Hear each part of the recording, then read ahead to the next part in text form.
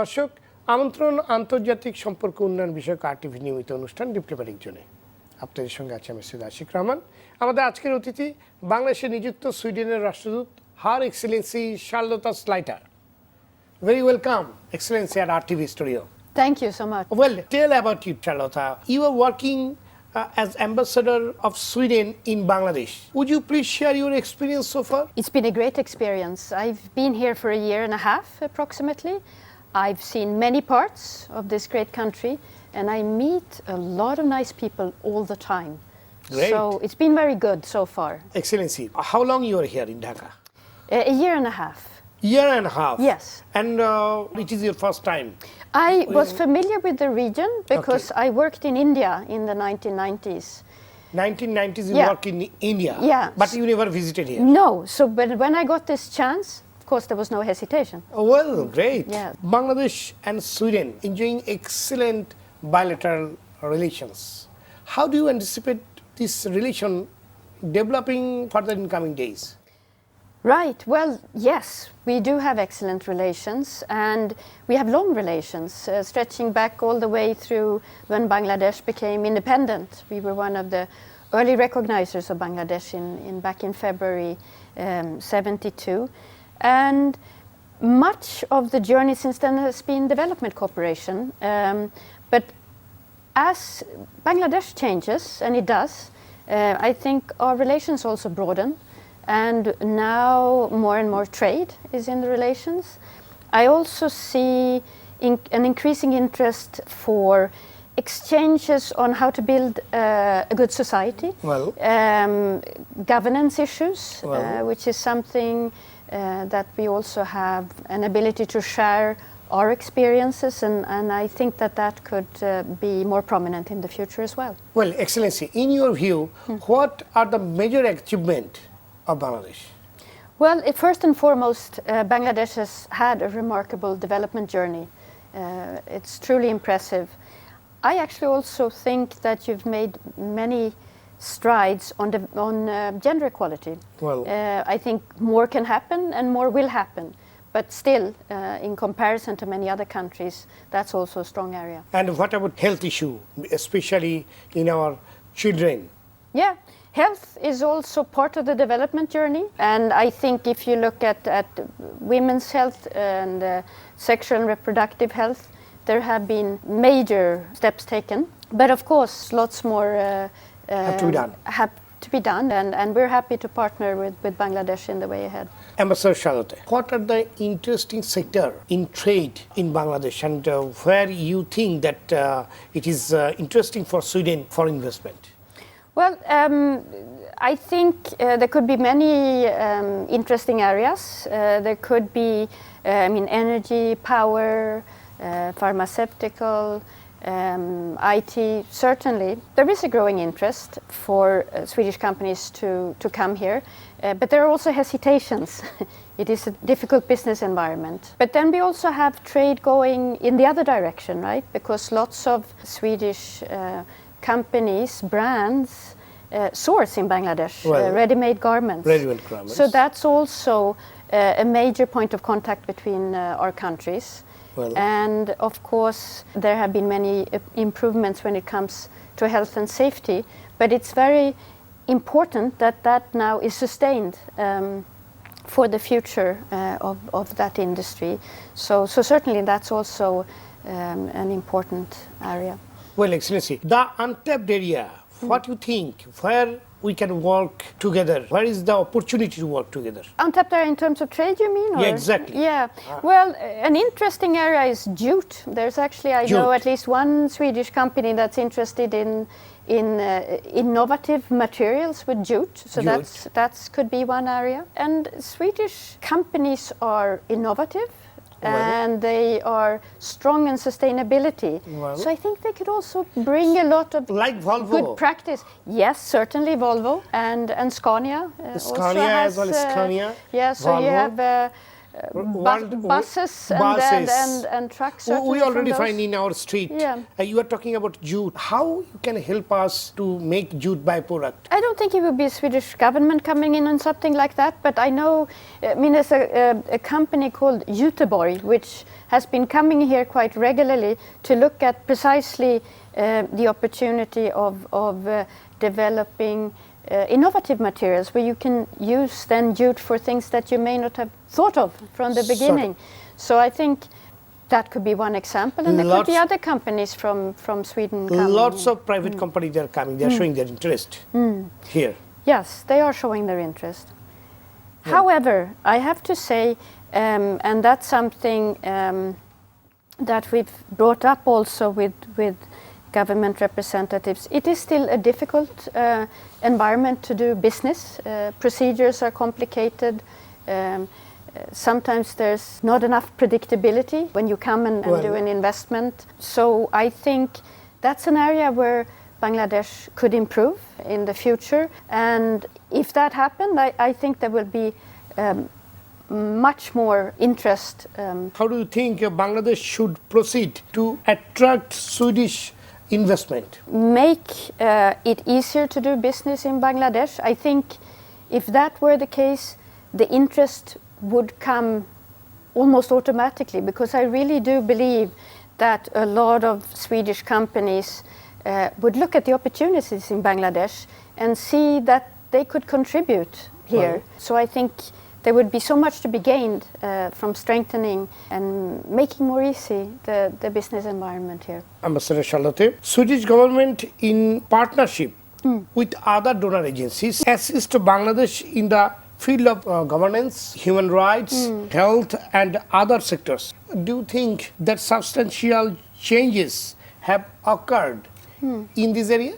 Yeah, well, in the area of health, as mentioned before, I think a lot has happened on women's health and continues to happen. And it's important that it continues, for example, to minimize maternal health. Maternal health. There are some other areas, I think, child marriage and underage marriage is from our perspective, a concern. And hopefully this is going to continue to reduce the child marriage. Yes, I think that would be very important, because that also changes the lives of women and makes it easier for them to get educated and to make good choices in their lives. It's also a big concern for our government, our Bangladesh government. We already reduced the dropout from the school. Right. We started to Bangladesh and all partners, they're working together to reduce the child marriage, school dropout and other issues. I believe that after some times we'll get the success once we started to work, and our government is very much optimistic about it. What about the good governments, you thinking? Yeah, well, good governance is of course the goal 16 of the Sustainable Development Goals. And I think that's a fundamental thing for any society. It's been very important for Sweden to develop our democratic institutions. And so it's something that we would strongly recommend to Bangladesh to take the opportunity to further strengthen, for example, the transparency of its institutions. That will be important. Access to information is important as well. So I think, and those are areas where we would be more than happy, collaboration between government agencies in our countries for lessons learned. There's always good advice can go far. What are Swedish development priorities here in Bangladesh? Right. Now, we do actually work on human rights, democracy, gender equality, environment and climate, inclusive growth. And growth. Yeah, and then health has also been a major part of our development cooperation since the very beginning. Well, Excellency Charlotta, There is a major issue here in Bangladesh now. It is Rohingya crisis. Yeah. We want to talk about it. We want to learn about it from you just after a short break. We'll talk more. All right.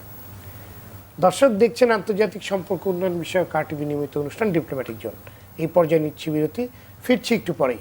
সে পর্যন্ত আমাদের সাথেই থাকুন।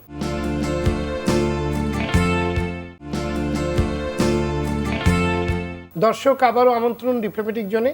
কথা বলছিলাম বাংলাদেশে নিযুক্ত সুইডেনের রাষ্ট্রদূত হার এক্সেলেন্সি শার্লোটা স্লাইডারের সাথে। Welcome again ambassador Charlotta. What I ask before the break that Rohingya crisis is one of the major issue in Bangladesh, and it is not only issue in Bangladesh. I want to say it's a global crisis. In your view, how can the international community can work together to resolve this problem? Yeah, it is a major crisis. It really is, and I think it's been said before, but it should be said again that what Bangladesh has done to receive so many people is remarkable. It's a large number of people now staying around Cox's Bazar. And yes, Sweden has been among those countries trying to support Bangladesh in this, and it's only right that we should support Bangladesh, that the country is not left alone with this crisis. There also needs to be continued pressure actually on Myanmar to put conditions. Don't you think the pressure, what is created, is not enough? Well, the fact is that conditions haven't been enough so that people can feel safe to return, and that's what still needs to happen. And I think for that we jointly, also the countries in this region, would have a responsibility push events in that direction. There's also, frankly, a need for accountability. What are your different programs for the local community? Yeah. Well, one such example is actually we support UNFPA to train midwives.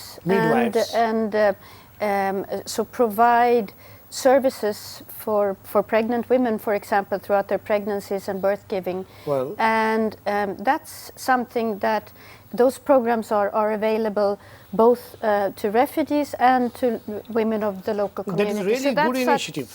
Yeah, and we're big believers. Actually, in Sweden, when a woman gives birth, it's generally with help of a midwife. Yep. Rarely a doctor unless something goes wrong. So we also believe that if more people could be trained as midwives in Bangladesh, that would also be tremendously important for your healthcare system and for reducing maternal mortality. Bangladesh did a great job, and it's a huge job made by Bangladesh to take a huge number of refugees here in Bangladesh.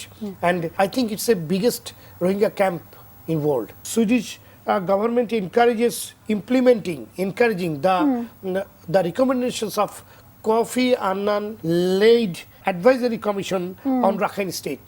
How do we get to a solution to resolve this crisis? No, and we do support the implementation of the Annan Commission's recommendations, of course, and a lot of countries do, and of course the European Union countries. Sweden is a European Union country. Yep. We're united around that. Sweden was a member of the Security Council for 2 years until we just left the council at the end of 2018. So of course we were very active to try and build that kind of consensus in the council around those recommendations. And yes, of course we continue to strongly encourage Myanmar to improve the work. Let's talk in other issues. This is how do you make climate change as one of the priority areas Well, here in Bangladesh? Right. Yeah. Well, we, for example, in our development cooperation, climate change is part, and we're supporting, for example, some organizations that work on water issues. So that's certainly an important area for us. and environmental issues such as solid waste, what to do with solid waste, and that's actually something that where we're supporting some efforts around the Cox's Bazar area as well. But also Swedish companies, there's lots of green companies in Sweden, so I think that could also be an area of interest for Swedish companies to be active in Bangladesh. There's also the blue economy, which is about protecting the oceans. Protecting the oceans. Yes, and I know, for example... And the threat of plastics. Yeah, and so that's something that we're interested in working on, but also that the other European Union countries and the European Union as such is going to become even more active on here in Bangladesh. Well, Excellency, we believe that Bangladesh has made commendable improvement in gender issues. And Sweden also a new cabinet from under gender equality. Yeah. How does Bangladesh government make or take a example from Sweden?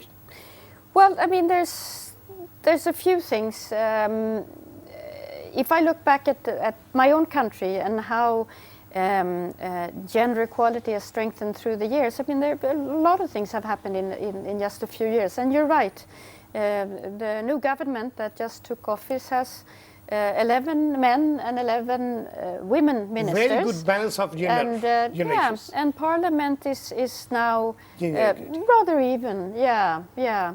So that's been important, participation. But I think also there are policies through the years that have been important to strengthen gender equality. Mostly policies that have made it possible for women to participate in working life, and for men to be more active in family life, so that you can share more equally everything. And like he for she. Absolutely, yes. But one such reform was access to affordable childcare, but good childcare. Good childcare. Yeah, and also parental leave also available for men. And that changed a lot actually when a few years ago, maybe it's a couple of decades now, the parental leave was already available to women, but it was then said that, well, a couple of the months only the father can take. And fathers lined up to take those months. And that strengthened the relations between fathers and their children. And so that changed things in Sweden a lot, and it's been really interesting to see how, of course, there's lots still to be done. Well, Excellency, you said that you being actually visited different places in Bangladesh. Which place actually you think it is very rememberable or you like it most? It's hard to say actually, because I've had so many good experiences already, and yet there are places where I haven't been yet. But Sylhet I'd like to see more of, because I was in the city, but I'd like to see the outskirts. I was in the area of Khulna. We visited a project just on the verge of the Sundarbans. I'd like to see more of the Sundarbans. We didn't go all the way in, we just went, you must visit Sundarbans. Yeah, but we were looking at some projects, women involved actually in climate change mitigation. They were making projects that were possible when the soil was no longer could no longer be cultivated because of salination. So that was interesting. So I'd like to go there, and of course I've been to the area of Cox's Bazar several times, and there's a beautiful beach there. Sea beach, but unfortunately the heaven and hell is not far from. Yeah, it's complicated, and also recently actually I was in the Chittagong Hill Tracts. Which is a very recommend you to interesting area. To watch our film. We made a film called Birthland, what now showing in Kolkata, India Film Festival. Okay, what's it about? About Rohingya crisis. Yeah. We made the film, and it's already actually it's running in cineplexes and some. Okay, yeah. And I recommend you to Okay. watch. We want to see. I think you will find some the glimpse of the crisis actually from that film. And we are almost end of this program. Any final thought you want to share with our viewers? Well, I could just say that I look forward to my continued stay in Bangladesh and to continue to work and build on our people-to-people relations. Well, and yeah, nothing can make me happier right now. thank you very much for your time here in our studio, and we wish you all success in coming days. Thank you so much for the conversation. Thank you very much. দর্শক, Sweden বাংলাদেশের ঘনিষ্ঠ রাজনৈতিক বন্ধু। দুই দেশের মধ্যে রয়েছে 4.5 দশকেরও বেশি সময়ের সম্পর্ক। স্বাধীনতার পর থেকে দেশটি আমাদের স্বাস্থ্যখাত সহ বিভিন্ন ক্ষেত্রে সহযোগিতার হাত বাড়িয়েছে। গেল 1.5 দশকে ইউরোপের দেশটির সাথে বাংলাদেশের বাণিজ্য সুবিধা বেড়েছে উল্লেখযোগ্য হারে। মাননীয় রাষ্ট্রদূতের কথার সূত্র ধরেই আমরা বলতে চাই, ভবিষ্যতে দুই দেশের মধ্যকার দ্বিপাক্ষিক এই সম্পর্ক আরও উন্নত, দীর্ঘস্থায়ী এবং অটুট হবে। এই প্রত্যাশায় শেষ করছি আজকের ডিপ্লোম্যাটিক জোন। এতক্ষণ আমাদের সঙ্গে থাকার জন্য ধন্যবাদ সবাইকে।